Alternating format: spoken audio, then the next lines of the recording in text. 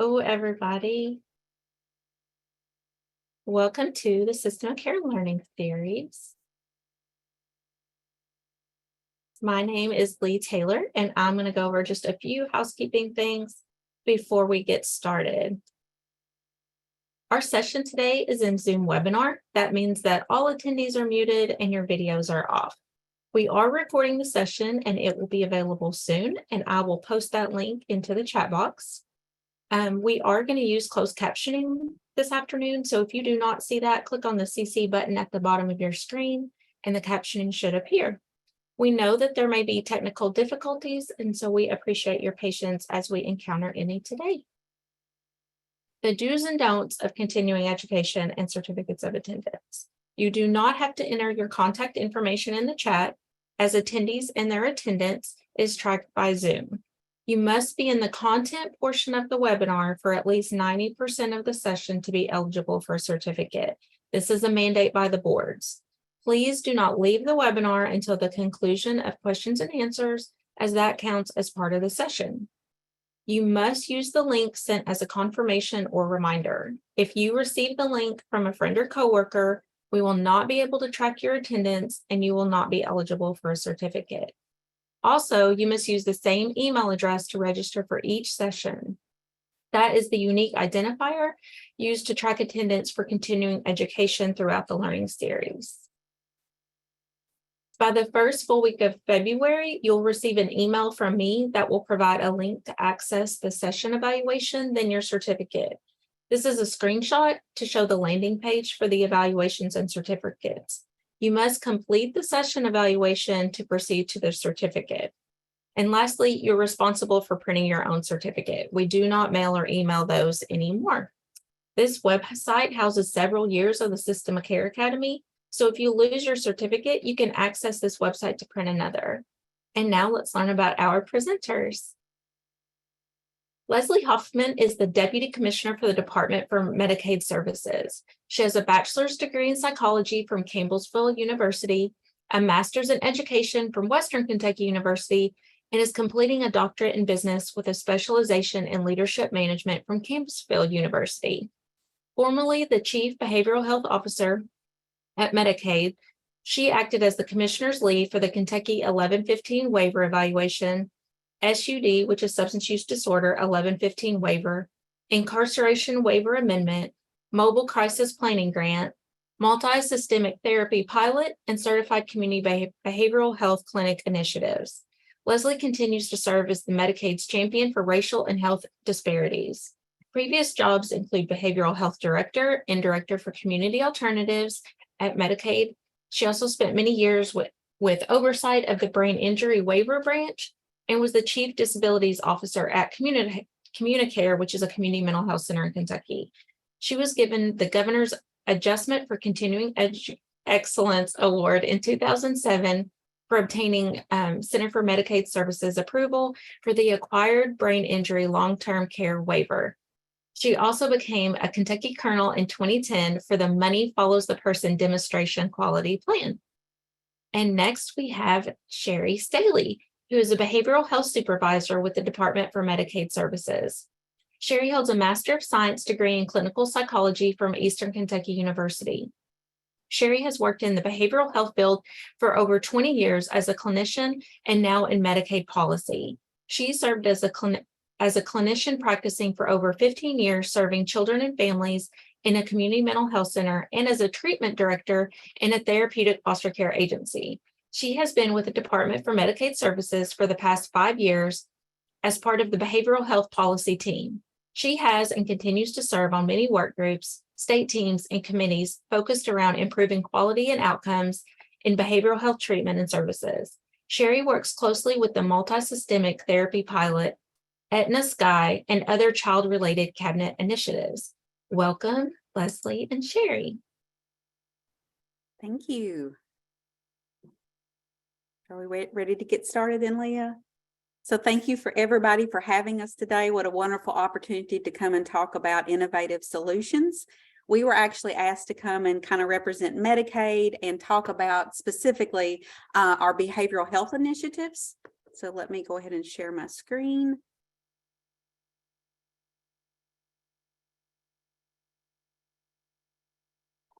Okay, and Sherri and I are going to tag team on this, and we're pretty laid back, so we'll just talk as we go, if that's okay.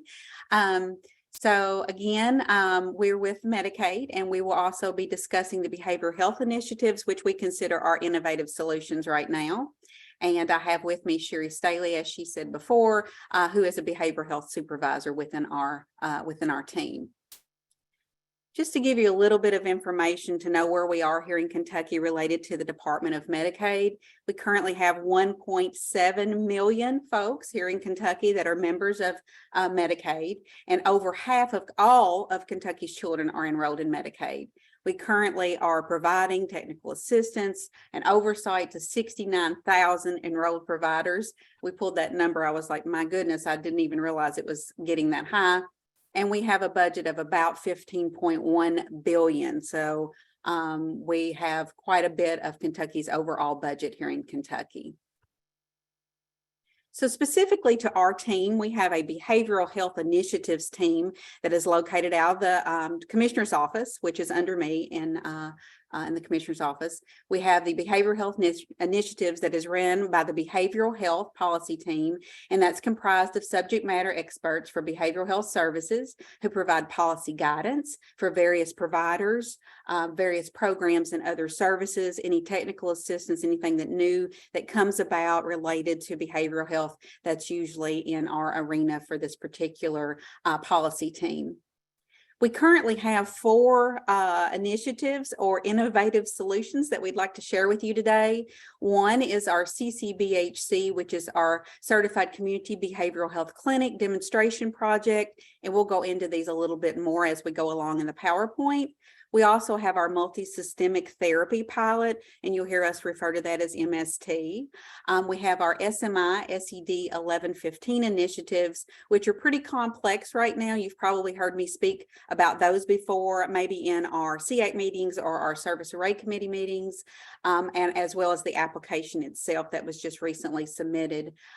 We also have the Mobile Crisis Planning Grant, and also from the planning grant, we have started towards implementation. So I just wanted to mention that. And again, I'll go over that just a little bit in the PowerPoint.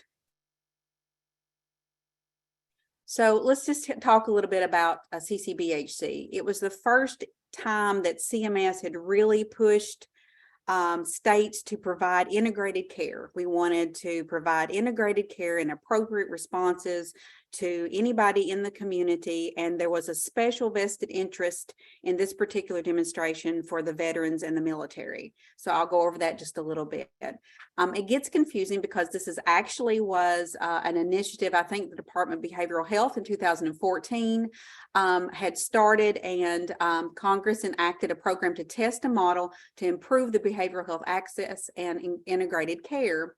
So in 2020, we were told by CMS that although we weren't able to participate in 2014, that Kentucky and Michigan were next in line, and they had an opportunity that Kentucky's good work in 2014, they wanted us to go ahead and try to participate in the demonstration. So it was a little strange to go from 2014 to 2020.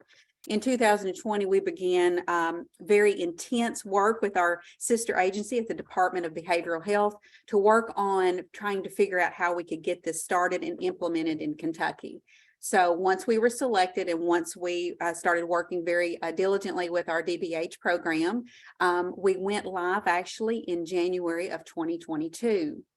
In 2022, the Safer Communities Act started, and that actually extended the demonstration Kentucky project to actually run through 2028 now. So very exciting times that we can go ahead and run this program or this demonstration through 2028.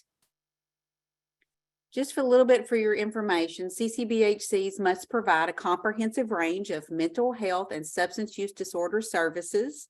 CCBHCs are available to any individual in need, that includes children. CCBHCs will provide care regardless of the ability to pay or place of residence. So it's a very wonderful opportunity. What populations are impacted for this? Serious mental illness, serious emotional disturbance, long-term chronic addiction, mild or moderate mental illness and substance use disorders, and complex health profiles.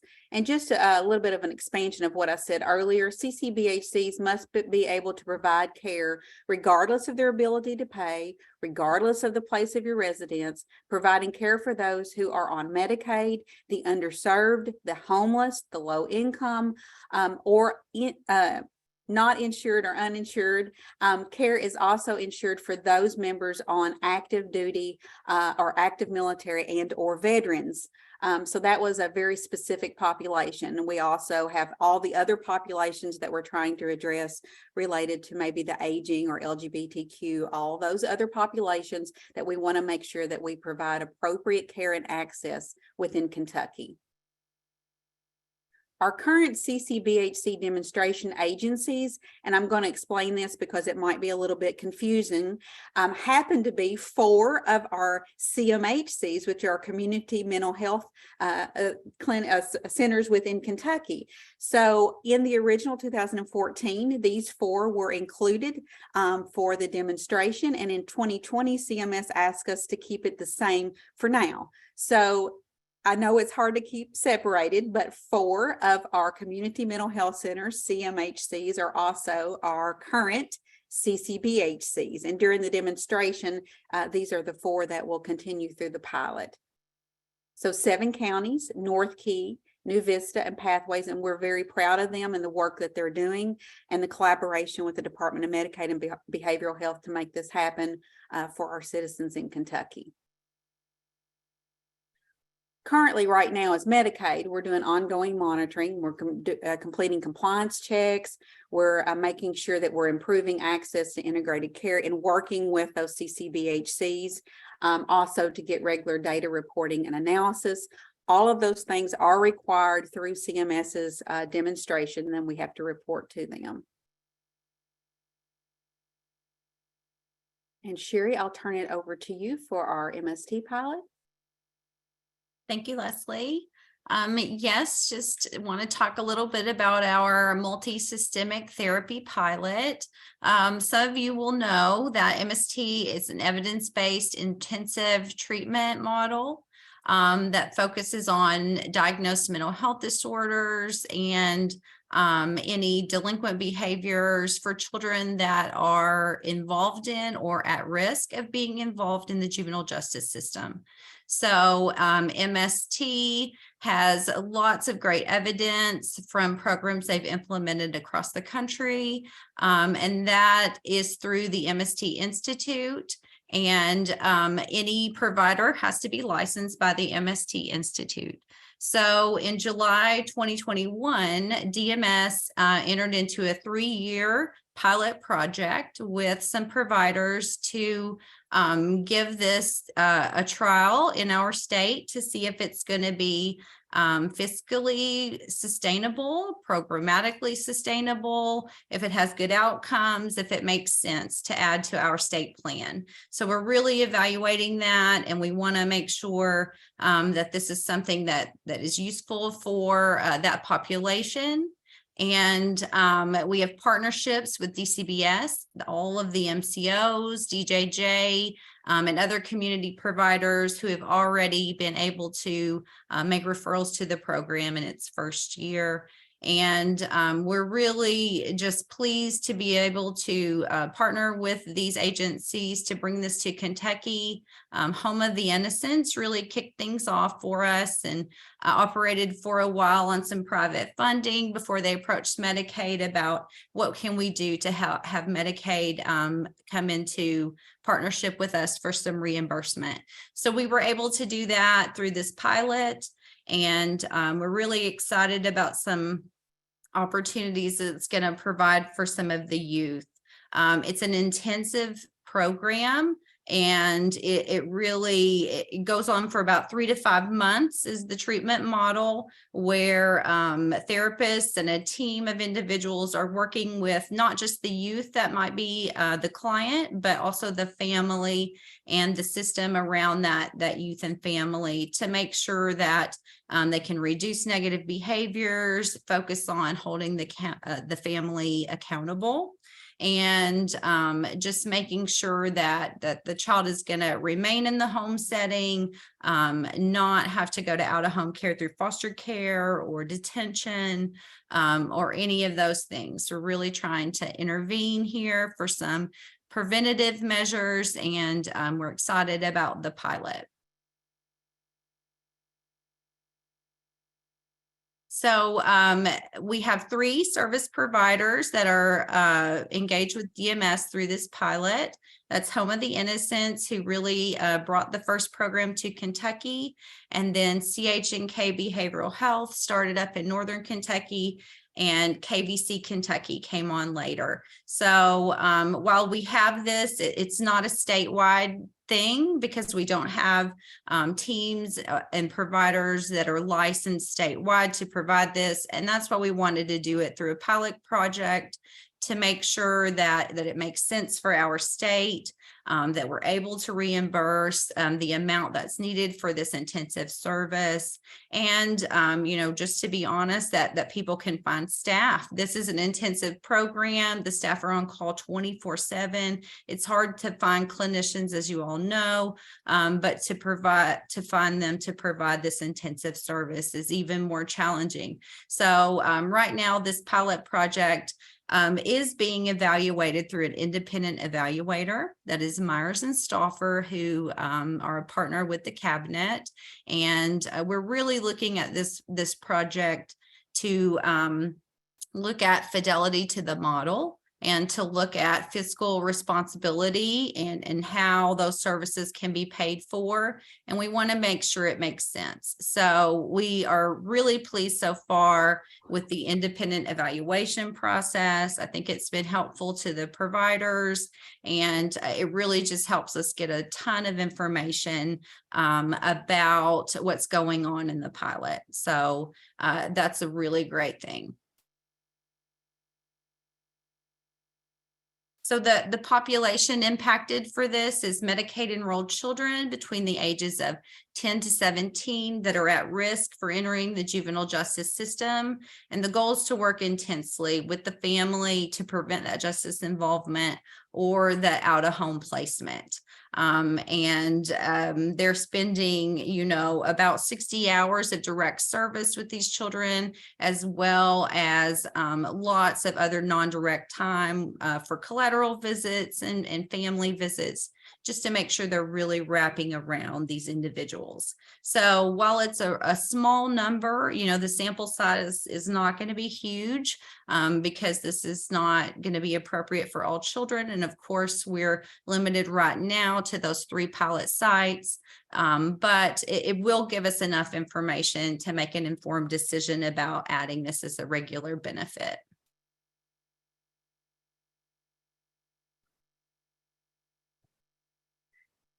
So next, just an overview of some things we have going on with our SMI 1115. I know you all have been hearing about this as it comes along, and we've been doing a ton of work. Jody Allen is the contact person from DMS for this initiative.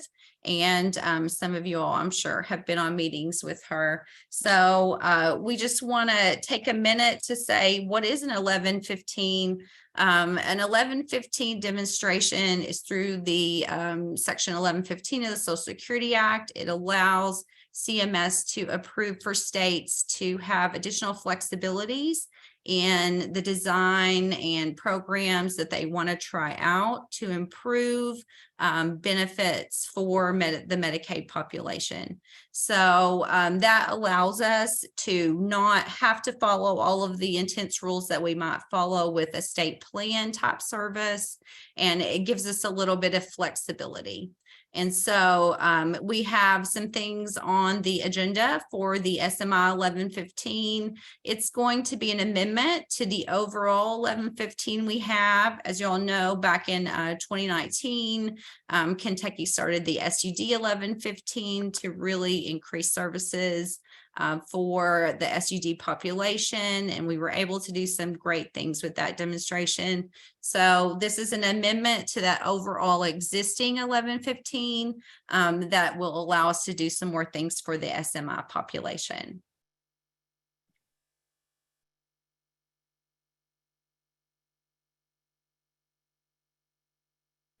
There is a state plan option. So if you don't really feel that this needs to be a pilot or a demonstration, states can amend their state plans to offer these home and community-based services as a benefit statewide.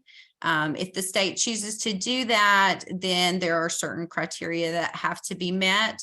So, we have looked at all of those options as a way to say, what is the quickest way that we can get some of these services in place? As you all know, sometimes state plan amendments and 1115s take years to develop and to be approved and to put into implementation. And that, that is unfortunate in our current climate when we need certain things done right now. So we just want to make sure that that we have looked at every possible way of adding these services and what we can do to really provide some relief for Medicaid members and providers at this current time. So some things looked at in the 1115 that we really want to focus on. DMS has submitted a preliminary draft to CMS for review, and we're currently awaiting feedback.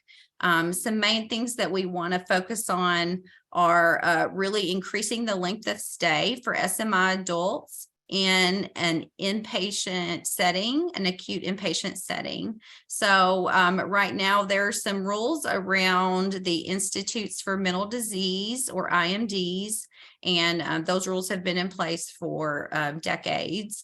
And we want to propose to increase the length of stay to 30 days statewide average for adults with SMI in an acute inpatient setting for a mental health disorder. Right now, that's currently a 15-day stay that is approved, and we're asking for that to be increased.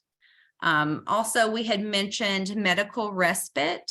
And that's sort of a new thing that we have looked at to meet the needs of individuals who have a primary medical diagnosis and may be discharged from hospital care, but they're still needing some supportive services.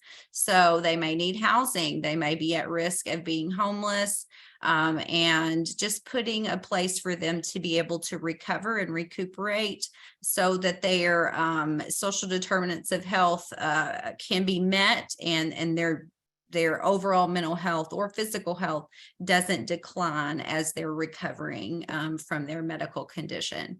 So that was really important to us, and we want to make sure that that we're helping these individuals. They're in need of acute care mental health stays, they're in need of this housing supports, and also supported employment. So those are some things that we have proposed, and when we hear back and receive feedback from CMS, we hope to make an official amendment to submit in late March, so that CMS can give us feedback and we can start the clock of working on some of these changes. All right. Thank you, Sherri. I'm going to go ahead and take over and talk a little bit about our mobile crisis initiatives. Again, we feel like this has been very innovative. There's only a few other states that are even come close to our model, and it is we have got specific things that we're working towards in Kentucky that no other state has, and we'll be able to share more of that later, but I can give you a little bit of an update as to where we are. So CMS gave the opportunity for us to receive a planning grant or apply for a planning grant, and we worked again diligently with our sister agency at DBH to come together and pull together this planning grant, and so that was a very wonderful opportunity. With that said, the federal government, the CMS, had released some show letters and talked about authorizing services at a higher level, which I know probably doesn't mean a lot to you all, but it allows us to provide more services in the long run because they can give us more of an enhanced match. So this particular show letter, we call it a show letter, it's like a state health organization letter, and they were letting states know that, hey, you can apply for this and you can get an enhanced, what we call an FMAP. And I know, again, that means nothing other than it allows CMS to give us more availability of funds to provide services and more services. So the show letter that came out was 21008, and it qualifying mobile crisis services at that time said must be provided by a 2-person team with a licensed behavioral health professional and other professionals or paraprofessionals. The teams must be trained in trauma-informed care, de-escalation strategies, and harm reduction. Responses must be in a timely manner as established by the state. So some of the things they left up to state's discretion.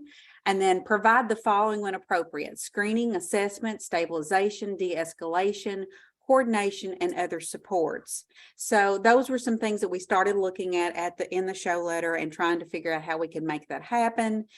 Some of our accomplishments since that time is that we did receive the planning grant, and it actually ran a year and was completed September the 28th, I believe, of 2022. So Kentucky accomplishments also included in April of 2022, the Kentucky Department completed an on-ground needs assessment. When I say on-ground, we met with lots of folks, lots of sister agencies, people on the ground, doing the job every day, trying to learn from other states. We met from multiple other states that had similar programs.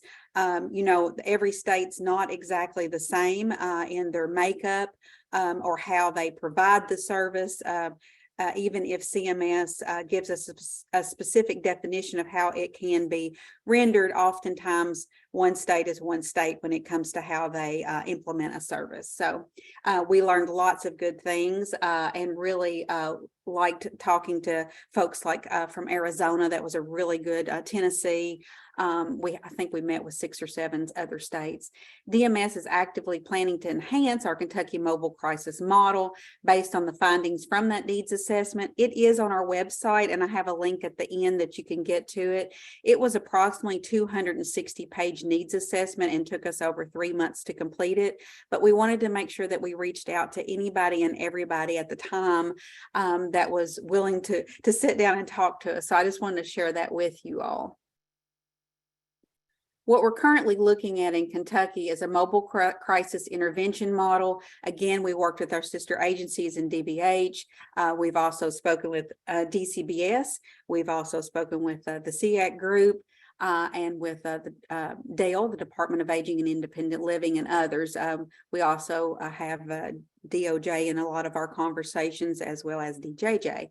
So this is kind of what we're looking at. It's a one mobile crisis service intervention model for Kentucky, community-based, and we're dividing it into those 4 regions. Now that may change later, but right now that's what we're looking at. CHFS, of course, is working towards our next steps. This is just a timeline. I know it doesn't mean a lot to you, but one timeline that you might be interested in is that we're hoping to have this model in place by October of 2023. So you'll be hearing lots more to come, especially in just the next couple of months. So there's some things, of course, I can't discuss today that I will know in a couple of months that I will be able to share with you more. This is our Kentucky Future Mobile Crisis Intervention Model, and I know it's very busy, and we can talk about this again later too, but I wanted just to show you the intense work that we're doing with our sister agencies to try to ensure that we can serve every member in Kentucky, regardless of age or ability to pay. And we've also got all these other types of models that we're trying to enhance within it. So the main thing for you to get from this picture that is very busy is that we're trying to prevent, divert, and find the appropriate level of care for all members in Kentucky that would be in crisis, including children, and to ensure that we can reduce inappropriate hospitalizations, inappropriate ED visits or hospital visits, emergency rooms, and or confinement and or incarceration. So that's been our main goal. And some of the things that Sherri talked about too, we're really trying to promote prevention and diversion. So if you look at this model, I'm not going to go through all of it because I know it is busy. It just talks about we're still working through our triage, and as a person comes through in crisis, and how that model and that warm handoff and never letting go of the person and figuring out, which model that they're in and trying to ensure that the appropriate level of care is provided. We're also looking at developing a 23-hour crisis observation that you will learn about later. Again, we're still in the midst of that, and also looking at some enhanced post-crisis services. Technology is a big piece for us right now. We are still working on the technology piece of this, and hopefully, again, it's just in a couple of months, we'll have this looking a lot better and more panned out for you. And then we've got a community co-responder model that we're looking at. Although we want to keep police involvement at a minimum and only when appropriate, and when I say appropriate, it's only when there is a danger and those kind of things. Again, I'll talk about that later, but we want to ensure that we can minimize any police activity that is not necessary. But we do know that there will be some times that we may need them to be in a co-responder model. So I just wanted to share that with you. Again, I know that's very, very busy. We are looking at the MRSS model for the children, which is out of Maryland. I have listened to a presentation through the SEAC model, and I think we've had other presentations with the state that we've recently listened to related to the MRSS model. Children will be treated differently. They will not be, in the same path. We want an intensive follow-up with the MRSS model. I think you can follow up 8 to 12 weeks after that, which is very intensive. And is looking very hopeful to be considered an evidence-based practice. So very hopeful for all this to pan out. This administration is very much focused on the children and prevention and diversion of all in Kentucky, right? Anywhere that's needed.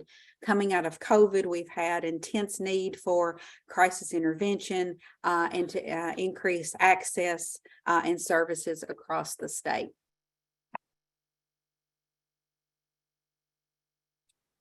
So a couple other projects, and Sherri may have covered this, just currently reviewing the SED initiatives through the state plan.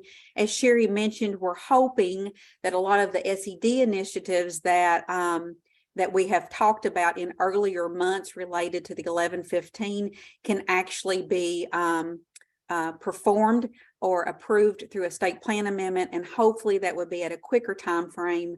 And I say hopeful because a lot of things that go to CMS, it goes out of our hands very quickly. We have had very good conversations with CMS, and we do meet with them on a regular basis. Our relationship with CMS is awesome. I'm just saying that sometimes timeline wise, they have to have their time to make responses back to us, and then we respond back to them. And there's always this time frame that kind of catches us on a lag.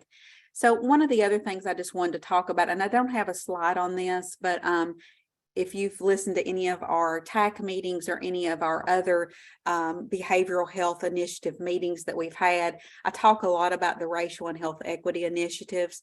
Just about every program, innovative solutions that we have going on right now, and not just in our group for behavioral health, but across Medicaid. We are intensely focused on racial and health equity and trying to ensure that we're meeting access needs and meeting those populations that maybe are less likely to seek out services. So that could be anybody, regardless of genetic information or LGBTQ, elderly, disability, the underserved, those kind of folks. We're working with all those populations to ensure that their needs can be met. If you're not aware, recently there is a health disparity TAC that was recently started in the state of Kentucky. It is actually at a cabinet level, but Medicaid, because we have many other TAC meetings, have taken that on to try to kind of help with that. So if you haven't seen those TAC meetings, I would suggest that you might take advantage of looking those up on our legislative webpage. We are currently working with a mobile crisis to go back and review through what we call the GARE tool that allows us to look through the health equity lens and to make sure that we've not left anything unturned or T's crossed and I's dotted. So again, if you have any racial and health equity initiative questions, we have recently started a new division in the Department of Medicaid called Population Health. And within Population Health, which is ran by Angie Parker, you may know her from MCO meetings. She also has a branch manager for health equity and racial and health equity. Sorry, we have a new branch manager, and that's Danita Coulter, and they are working very rapidly. One of the things I wanted to mention with racial and health equity in the Department of Medicaid is that we have recently completed our first task, and every division within the Department of Medicaid had to do a practice, what we call a GARE tool, and I can share that later if you want me to, Leah. The GARE tool allows us to just answer the questions about whatever project we're working on. Whatever project we're working on, we take that GARE tool and we apply it. And it makes us think about each question and each answer and what we need to do. For example, with mobile crisis, we completed the GARE tool and realized we needed more communication out there. How would we communicate? How will we communicate in rural areas? How will we meet the populations that maybe don't know about us or not seeking those services at the time? So that has been a really good opportunity for us to move forward on some initiatives there. And we all completed on time. We completed it December the 31st. So every division in the Department of Medicaid completed their goal for racial and health equity. And again, I would ask that everyone that wants to be a part of or listen to the public meeting for racial and health equity, please do so.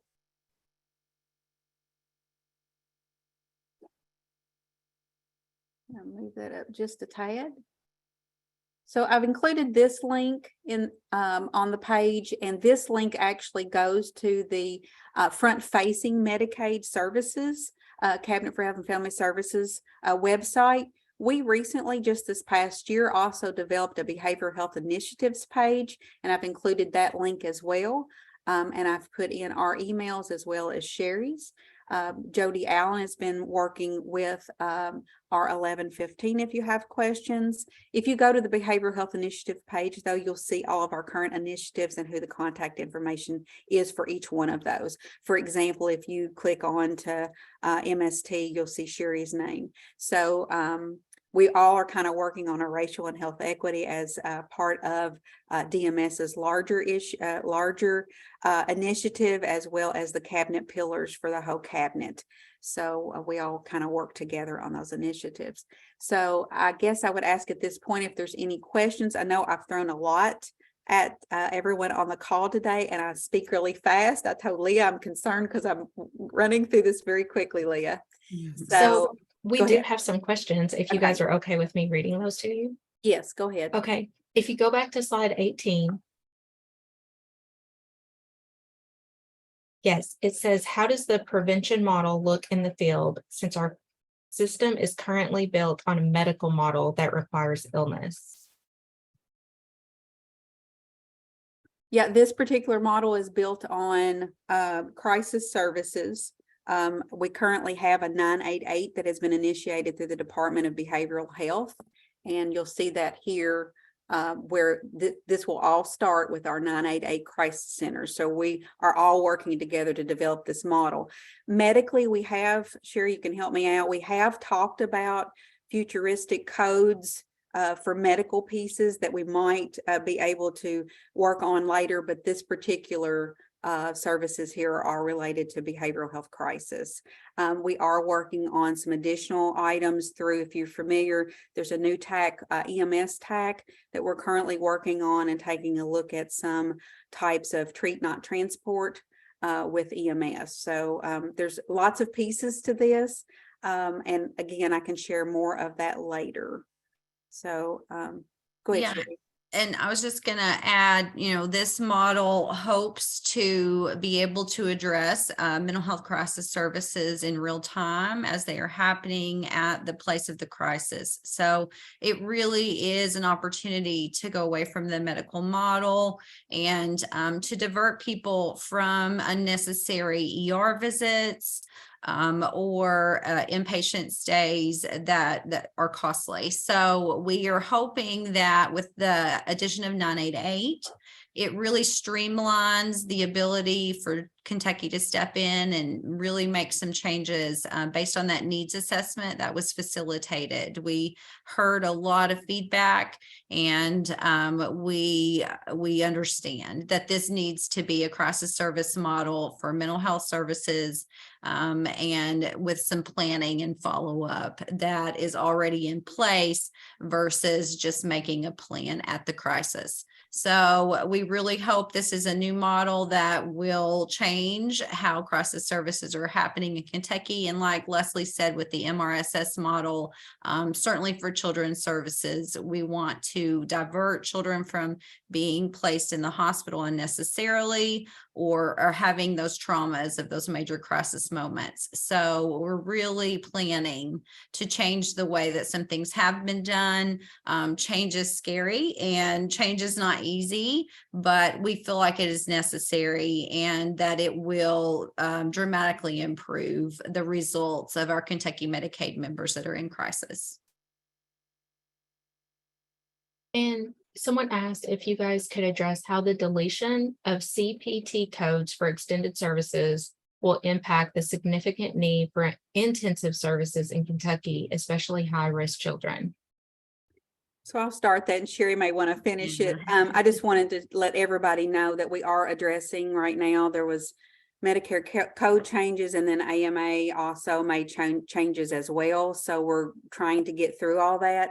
It is more than just the extended codes. It's some items across the board. It's not just necessarily with behavioral health or physical health. It's some of it's across the board. There are substitutions in codes. There are, just to let you know why we can't just tell you today, there's deletions of some codes, there's additions of some codes, there's increases and decreases of existing codes, and there's some substitutions. Now the substitutions, if I remember correctly, Sherri, they're not a direct substitution. So we've got to get through all those pieces. And it's my understanding that Justin Derringer, that's with the Department of Medicaid as well, will be developing communication to go out to all providers related to those changes. So I can't tell you anything specific today. Yeah, that was not a Kentucky Medicaid choice. This is a nationwide deletion of these codes from the CPT code book. So this is affecting every single state in our nation, every provider, and obviously we understand that there are huge concerns for this. But we've consulted several people. We've looked at other states, how they're handling this. We're trying to make a plan. We didn't have advanced warning until the deletion and addition codes came out. So we know that some of the prolonged services codes for the evaluation and management codes did have replacements. Unfortunately, for psychotherapy, there wasn't a replacement for those prolonged services codes. So some things we've been hearing in other markets, the commercial market, people are really having to adjust their practices and how they practice. We understand that for intensive services and treatment models such as EMDR that require 90 minutes in a session, it's not so easy to just adjust if that's how your programs have been made. But we do hear you. We're looking at ways that we can help to circumvent the reduction that's going to be for some people. We can only do so much. We cannot continue those codes when they've just been completely deleted. So we want to make sure that we understand the concerns, and we also want to encourage people, if there are opportunities for you to adjust, the way that you've been handling services, maybe even multiple days, and whatever works for your program, but it's not something that we're able to change on our own. And we understand that it impacts a lot of people. Also, people contact us frequently asking us for billing advice. We are actually not allowed to give billing advice since we work for Medicaid. So we have to be careful in what we say to people and really how we guide. But we just encourage everyone to consult with a certified professional coder. They are really able to give you the latest information and to be able to help you know what is best for your practice. And so sometimes when you don't get direct answers from DMS about that billing, just know that that's why we are not actually allowed to pass on specific ways to bill. And are they going to know how to reach a certified coder? Well, I mean, that's up to the provider. I think some of the larger agencies probably already have those types of resources, but there are people out there in the field that are coders, credentialers, billers, that frequently advertise their businesses. So it's you could find one if you're looking for one. I don't know if it makes sense for every provider to have that person on staff or to be contracted with them, but they are available, and I'm certainly sure for consultation services that's an opportunity they could have. And other interested CMHCs, community mental health centers, or agencies become a CCBHC? Leah, will you repeat that? Sorry. No, you're fine. I was trying to unmute again. And other interested community mental health centers or agencies become a CCBHC? I thought that's what you said, but it cut off right at the beginning. So currently right now there's guidance in the federal world that they may be extending or allowing other providers to come on board, expansions, and we're waiting for official guidance. So if you've seen things out there related to possible expansions, just know that we're waiting. I think we had a meeting just earlier today with the CCBHCs. We're waiting to see when we can bring other providers on. So once the demonstration's over, so far the program's been going really well, and with of course cabinet approval, we would probably try to move that into state plan after the demonstration. So again, we might be able during the demonstration period to add on additional providers in the future, and we'll just have to wait and get that guidance from CMS. But there's lots of rumors going on right now that that's going to be a possibility very soon. While we're doing questions and answers, can you put the link for the equity TAC in the chat, please? Yeah, let me see. Can you copy and paste that in? Yeah, I'll see if I can get that and get that over to you. Thanks. Another question, has CMS approved these services in other states? And this was one of your earlier slides. Christy, we might I'm sorry. need you to clarify for us.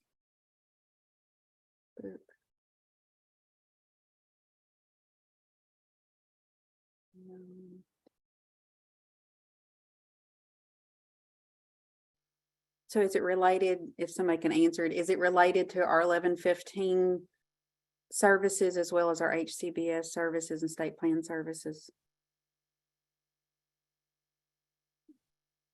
Well, I'll just assume it is, Leah. If I don't want to put anybody else. She said yes. Okay. So yes. So what we're doing, we have this, and I asked Jody to develop this grid, because when we were going through all this work with SEAC and sister agencies, and DBH was a big part of this as well. And we're going through all of these services that we have found gaps, right? We know that there's a gap. We know that there's maybe a missing service to link things together, or a service that could really help with prevention, right? So we go through all those, we've listed them all, and then we've started, like the past year, we've been working intensively on what authority. And when I mean authority, means will CMS approve this likely in an 1115? Is that true? If it is true, what states did they approve and what does theirs look like, right? We're going back and trying to find the authority we think it will most likely be approved under. And that's kind of where we are right now. We've got a couple that must be in the 1115 to waive stringent Medicaid rules, right? And then we have some that we think that we can get into state plan fairly quickly that other states have put in state plan and have been approved. A lot of times it's just a play on words. For example, we might change the word. We've had some folks, Sherri, what was it, like recuperative care? We've had to use that terminology because that's what's been approved in another state. So it's a lot of it's play on words on what CMS might approve or have approved in other states. So a lot of the housing stuff we've been looking at, of course, California is a big leader in that area as well. We've been looking at social determinants of health, what other states have done, and really those services like housing, employment, and those community supports we were talking about earlier really also fall in social determinants of health, which also falls in racial and health equity. So everything we're working on right now simultaneously is like, I'm trying to keep it going together. It's very hard. We're going to miss a few things, but yes, the answer to your question is we're trying to figure out in what area is it most likely to be approved. Some things will go into a 1915I. So if you're familiar with 1915C waivers, we are now looking at an I based on conversations we've had with CMS. So it's a multitude of authorities, but we're trying to ensure that everything that has been asked for so far is either being addressed in some way or asking for approval to do it, if that makes sense. Sherri, did I leave anything out that you can think of?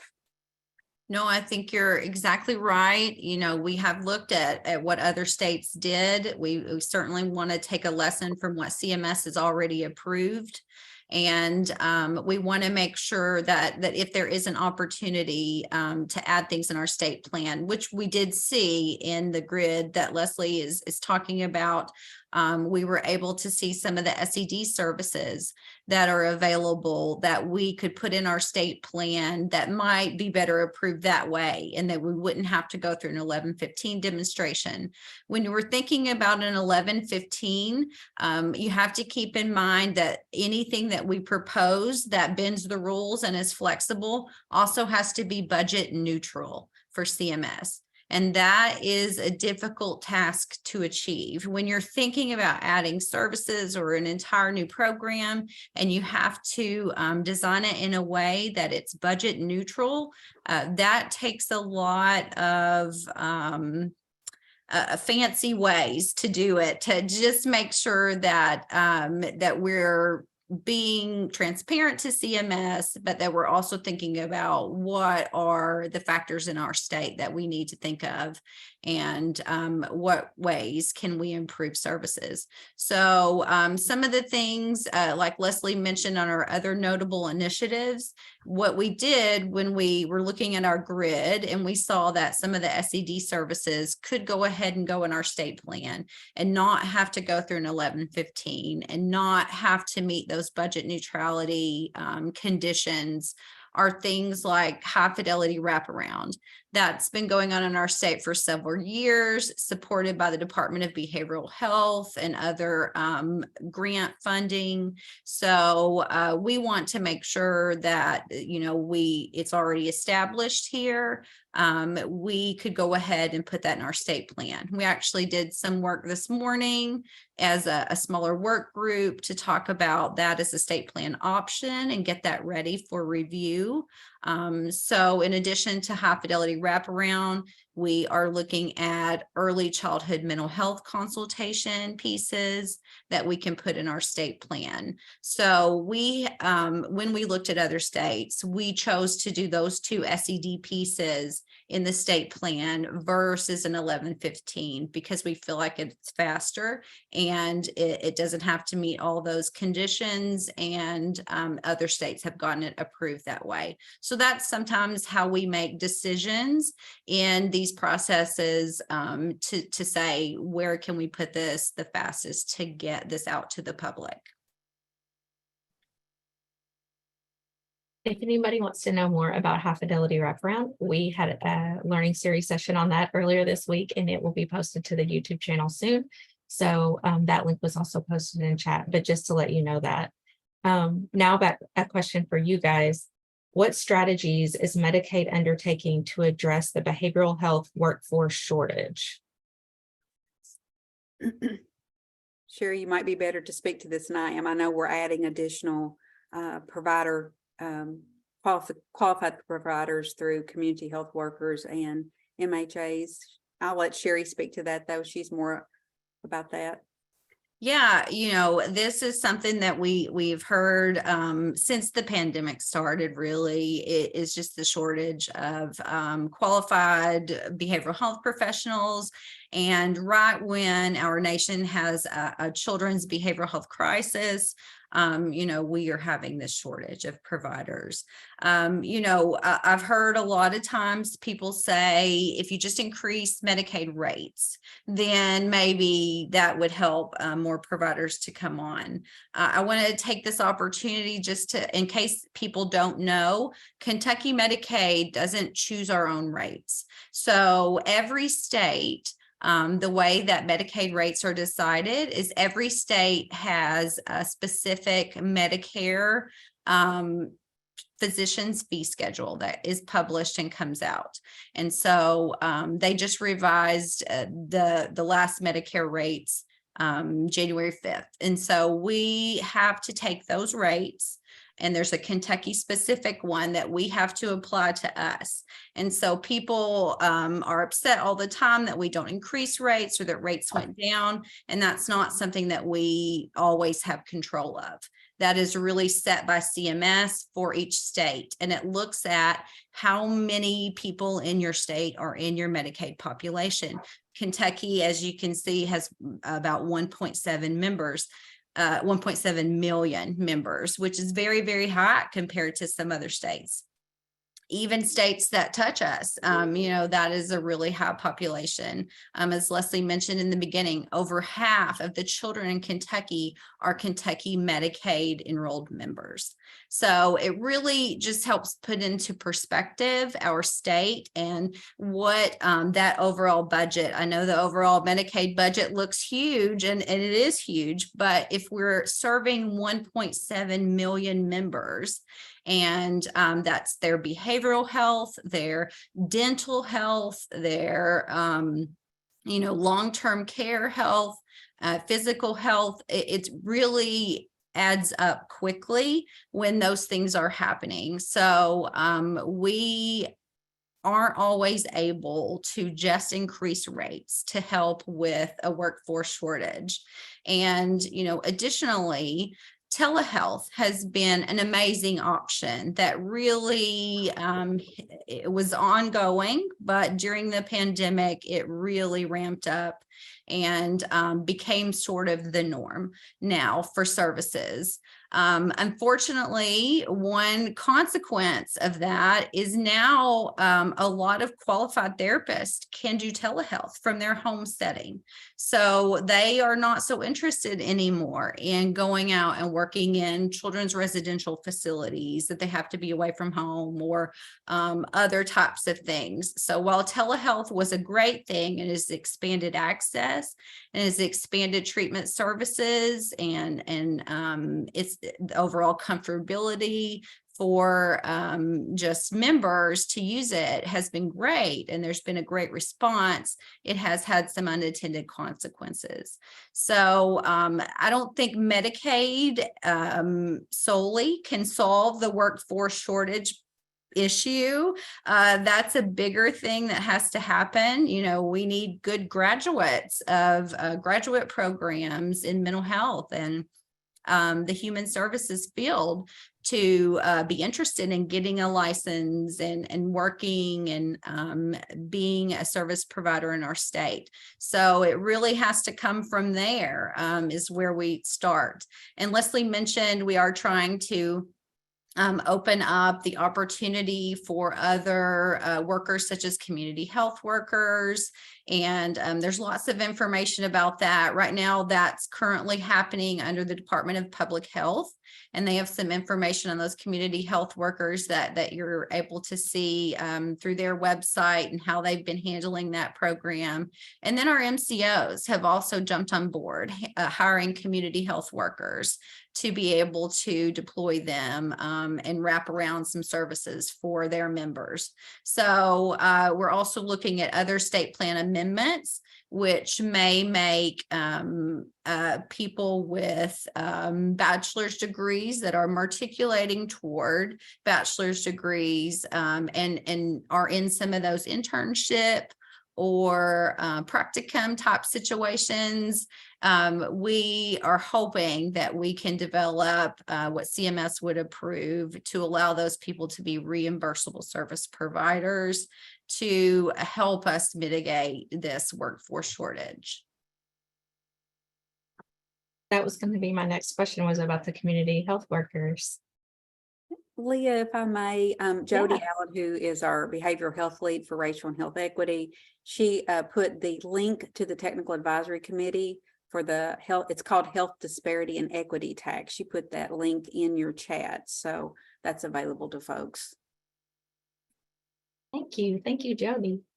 And Sherri, this is a follow-up to your question as you were talking. It says, what will this look like in the field? How will it address placements and treatment for hard to place children within the foster care system?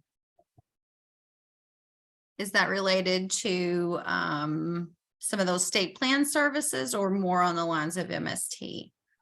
The question came in while you were talking about the shortage and telehealth, so I'm not for sure. Leslie, any thoughts? Or if whoever asked the question could just clarify, when you say, what will this look like? Clarify that for us.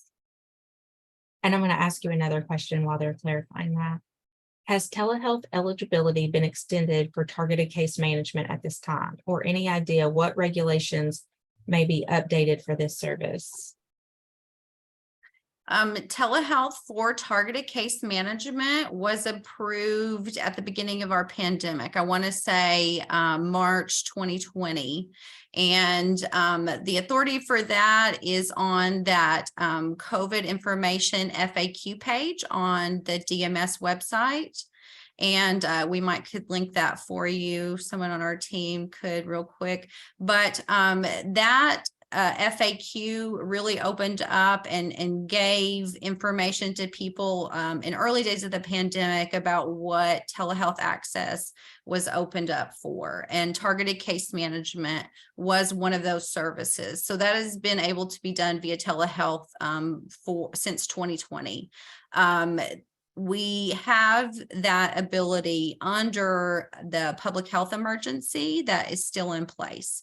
And so when the public health emergency began and we were able to develop some flexibilities in our service delivery to include telehealth, we were able to include targeted case management. So the public health emergency is still in place. And so right now, those rules still apply. Everything on that frequently asked questions page. And it got long. It started small in the beginning, but it evolved. And I think now it's like 15 to 20 pages. But some of those early questions are at the beginning. So it's really useful information. And we hope that post public health emergency, which we're hearing may be in April, that we have the opportunity to keep these services available via telehealth. Like I said earlier, we know and we've seen data about how much improvement to access of services that this has caused, and just overall provider satisfaction to be able to meet their clients where they're at. So yes, check out that FAQ if you have not. So Leah, if I may again, Leanne Fitzpatrick put in the actual provider facts FAQs in the chat, and I included the Medicaid webpage in the chat as well. Great. So we got clarification to the other question. Is this, how will it look in the field from referral to services offered?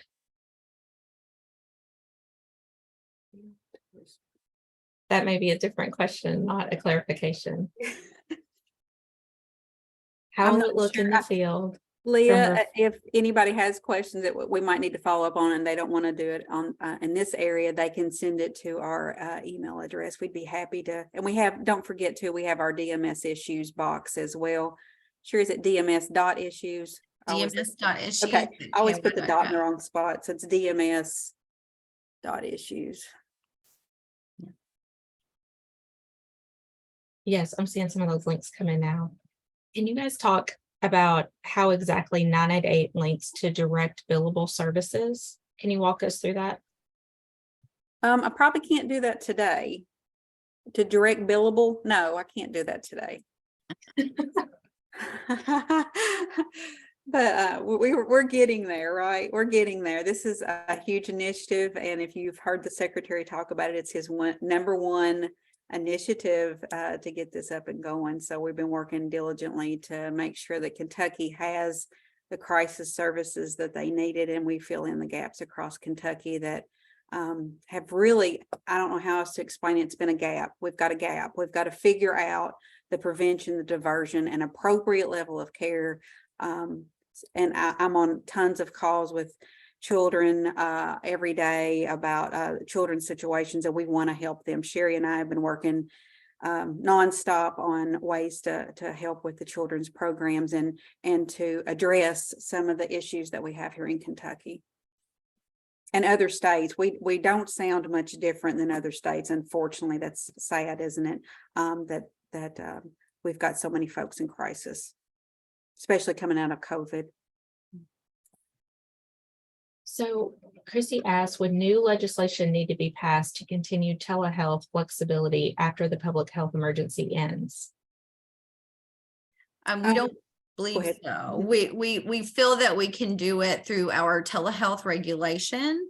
And we have already made some changes to that. And so that regulation is on the LRC website as always. And we have added some more flexibilities. What we really need to do is open up our regulations and just make some language changes in those. But the telehealth reg would supersede the current provider regulations about those authorities when the public health emergency ends. And certainly we will give people notice about the ending of the public health emergency as soon as we get confirmation of that. We know that people are very concerned about when that ends, what type of these flexibilities will disappear, and just what type of prior authorizations would come back. I know that's heavily weighing on people. So we do have to give a 60-day notice. So there will be at least a 60-day notice for the ending of that. And again, we have no control over the public health emergency, but we do know that we have some control over what we choose to keep that worked well for us and that we can show via evidence that worked well for us during the pandemic. So we think we already have a way figured out to keep all of those things in place without new legislation having to be passed. And Leah, again, so CMS will give us at least a 60-day notice so that we will give the provider. I just want everybody to feel a little more comfortable in that. I know it's like every month folks are asking, right? They can let us know at any time that it's 60 days. So we don't know either. I've heard in the federal world that it may be longer, but I couldn't promise anything. But our behavioral health services so far, there has been a push. We've only turned on, and that's been quite a while back, minimal services that CMS required us to have that, the ASAM criteria for a couple of inpatient services that we had to turn that back on for CMS. But that's been, like I said, that's been months and months ago that we did that. But other than that, there's no turning on date of any of the behavioral health services. And we have another question that was related to the 1115 and housing. Can you talk more about how supportive services within the 1115 are provided and funded? Does a provider have to hire housing people, or is there a mechanism to partner with people who are already working in the housing space, for example? I don't know if I should answer that just yet because we've got a draft at CMS of our 11-15. But we will have probably on the next behavioral health TAC. If you want to listen to that, we may be giving an update. I just hate to say anything now because we're supposed to meet back with CMS again. Is that okay? Mhm. We are looking at a wide range. If you are familiar with Senate Joint Resolution 72, that resolution actually asks for something that looks very similar to a C waiver, which would be nursing facility level of care. And of course, we want to make sure that we can address housing needs of all of those members across Kentucky that need those services. So we're actually doing a combo of an 11-15 and a 19-15I. So I know that's confusing, and then a lot of it's just words, but we want to make sure we're not purposely leaving out anything. We're trying to meet every level of need. And so we have recently connected. Jody Allen, that you heard us mention before, is also our first in ever HMIS user with the Housing Authority, and has been able to connect to their system for the homeless as well, which has been a fabulous opportunity to finally start matching up members in Medicaid or members that may have mental illness or other issues connected to homelessness. So we've never had that before. So it's a wonderful opportunity. I would also like to mention, Leah, that Dr. Schuster on the behavioral health TAC has diligently been working on the targeted case management information. And we plan to share that, I believe, in March. So we kind of task that back to that TAC to kind of do some in-depth work if we provided some of the data and the analysis of it. And so they have worked so well with us. Steve Shannon's on that group as well, to look through the data and to see what's working, what's not with targeted case management, and is it beneficial? And so that's a very interesting report. We hope to have that coming out maybe in March on the behavioral health TAC. If anyone has any other questions, feel free to put those in the chat or the Q&A box. The Q&A box, you can enter them anonymously if you so choose, but we welcome questions in either place. And just a reminder that I will not send out the session evaluation today or tomorrow. That will go out the first full week of February. And I just want to thank Leslie and Sherri for joining us today and providing this presentation and answering some of our questions. And we understand that you can't answer all of them. It's always tricky when you have questions for Medicaid. They have their contact information on the screen, and they also entered that email box for DMS questions as well. And lots of resources in the chat. Someone did ask if they would be able to receive a copy of the PowerPoint, like in a PDF after the presentation. I can send that out to attendees within the next few days. I was going to say, let me clean it up just a tad. It looks like this last page needs to be modified just a tad, and I'll get that to you, Leah. Thank you. Okay, we'll send that out sometime next week. And just a reminder too, that we are recording the session and it will be available soon. We are not able to offer CEs for watching the recording, but you can watch it at your leisure and take notes if you need to.